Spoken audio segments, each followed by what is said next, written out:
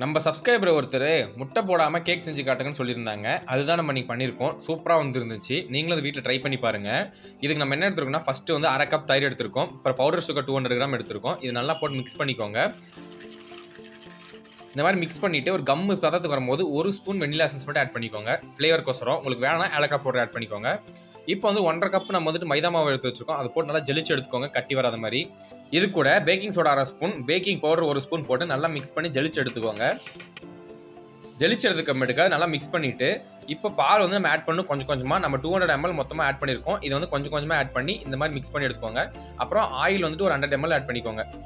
நல்லா ஒரு மீடியமான கன்சிஸ்டன்சி வர வரைக்கும் நல்லா கிண்டிட்டு, இந்த கன்சிஸ்டன்சி வந்த உடனே நம்ம குக்கரில் தான் நீங்கள் வைக்க போகிறோம். ஓவன் இல்லாதவங்க இந்த மாதிரி ட்ரை பண்ணுங்கள். பட்டர் ஃபுல்லாக தடவிட்டு நம்ம மிக்ஸ் பண்ண மிக்சரை உள்ளே போட்டு இந்த கிஸ்மிஸ் பழம் உங்களுக்கு வேணா ஆட் பண்ணிக்கோங்க. இது நல்லா போட்டு க்ளோஸ் பண்ணிவிட்டு நம்ம தோசைக்கல்ல மேலே வச்சு ஒரு 5 மினிட்ஸ் சூடாக இருந்ததுக்கு அப்புறமேட்டுக்கா குக்கரை வச்சுட்டு ஒரு 45 மினிட்ஸ் வச்சு எடுத்திங்கன்னா அருமையான கேக் ரெடி.